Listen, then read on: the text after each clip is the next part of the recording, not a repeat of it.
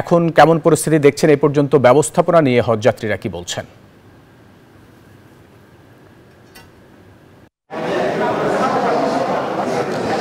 ধন্যবাদ ফয়সাল আপনাকে। আমি এই মুহূর্তে আশকোনা হজ ক্যাম্পে রয়েছি।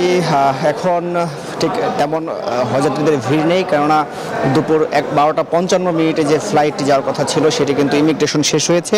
আমি এই মুহূর্তে ঠিক মসজিদের সামনে রয়েছি হজ ক্যাম্পের ভেতরে। সেখানে দেখছেন যাদের বিকেলে ফ্লাইট রয়েছে তারা কিন্তু শেষ মুহূর্তের কাজ সেরে নিচ্ছেন, ব্যাগ গুছিয়ে নিচ্ছেন এবং কিছুক্ষণ পরেই তাদের কিন্তু ইমিগ্রেশনের পর্বটি শুরু হবে এবং তারপরে রুট টু মক্কায় তারা সরাসরি মক্কায় চলে যাবেন। ফলে এই মুহূর্তে তেমন ভিড় নেই। আর যেমনটি বলছিলেন আপনারা, ভিসা সংক্রান্ত বেশ কিছু প্রায় 2000 মানুষের এখনও ভিসা পাননি হজযাত্রীরা। তাদের বিষয়ে আমরা কিছুক্ষণ আগে হজের যে পরিচালক ঢাকা অফিসের লোকমান হোসেন তার সাথে কথা বলেছি। তিনি যেমনটি বলছেন প্রতিনিয়তই ভিসা পাচ্ছে এবং কিছুদিনের মধ্যে অর্থাৎ সপ্তাহখানেকের মধ্যেই শতভাগ ভিসা পেয়ে যাবেন এমনটি তিনি নিশ্চিত করেছেন। এবং কিছু নিবন্ধন এখনও বাকি রয়েছে, সেটির এখনও নিবন্ধন চলছে এবং নতুন করে যেসব কোটা বাকি রয়েছে সেখানে নতুন করে কিছু আবেদন নেওয়া হচ্ছে। বিশেষ করে আপনারা জানেন এবারের সৌদি কর্তৃপক্ষের বেশ কিছু নিয়মে বেড়াজালে কিন্তু আটকে গিয়েছে। যেমন আমরা দেখেছি 600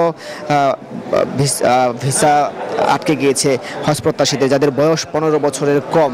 ফলে সেখানে কিন্তু রিপ্লেসমেন্ট হিসেবে আরও নতুন করে আবেদন করার সুযোগ রয়েছে। সেখানে তারা যারা এখনও ইচ্ছুক তারা যেতে পারবেন। ফলে ভিসাটি প্রতিনিয়তই আসছে এবং তিনি জানিয়েছেন সৌদি কর্তৃপক্ষের সাথে কথা হয়েছে, তারাও শতভাগ ভিসা নিশ্চিত করবেন এমন আশ্বাসই দিয়েছেন।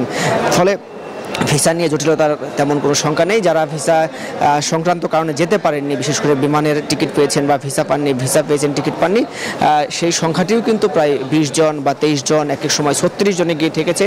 তারা প্রত্যেকেই ভিসা পেয়েছে এমনটি কিন্তু নিশ্চিত করা হয়েছে হজ অফিস থেকে। ফলে সেই সংকটটি এখন আর দেখা যাচ্ছে না।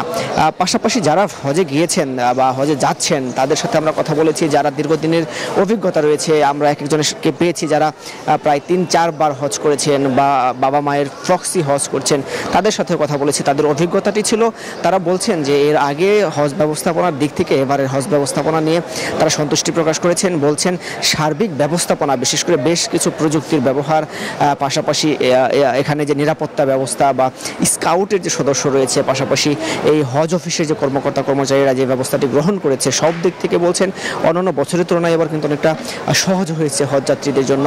আরেকটি বিষয় জানিয়ে রাখি, এখন পর্যন্ত কিন্তু গতকাল একজন হজযাত্রীর সৌদি আরবে মৃত্যু হয়েছে এবং তার পরবর্তী সময়ে এখন পর্যন্ত প্রায় সর্বোচ্চ 4 জনের মৃত্যু হলো মক্কায় গিয়ে। হজ কর্তৃপক্ষ বলছেন স্বাভাবিকভাবেই তাদের মৃত্যু হয়েছে, বয়স্কজনিত বা রোগে আক্রান্ত হয়ে মৃত্যু হয়েছে। তাদের সবার দাফন পরিবারের সম্মতিতে সৌদি আরবে হয়েছে। এই ছিল হজ ক্যাম্প থেকে আমার কাছে সর্বশেষ। বান্ডেল থাকলে প্রতি সেনমানিতে টাকা বাঁচবে। বিকাশ সেনমানি বান্ডেল কিনে জিতুন প্রতি লেনদেনে।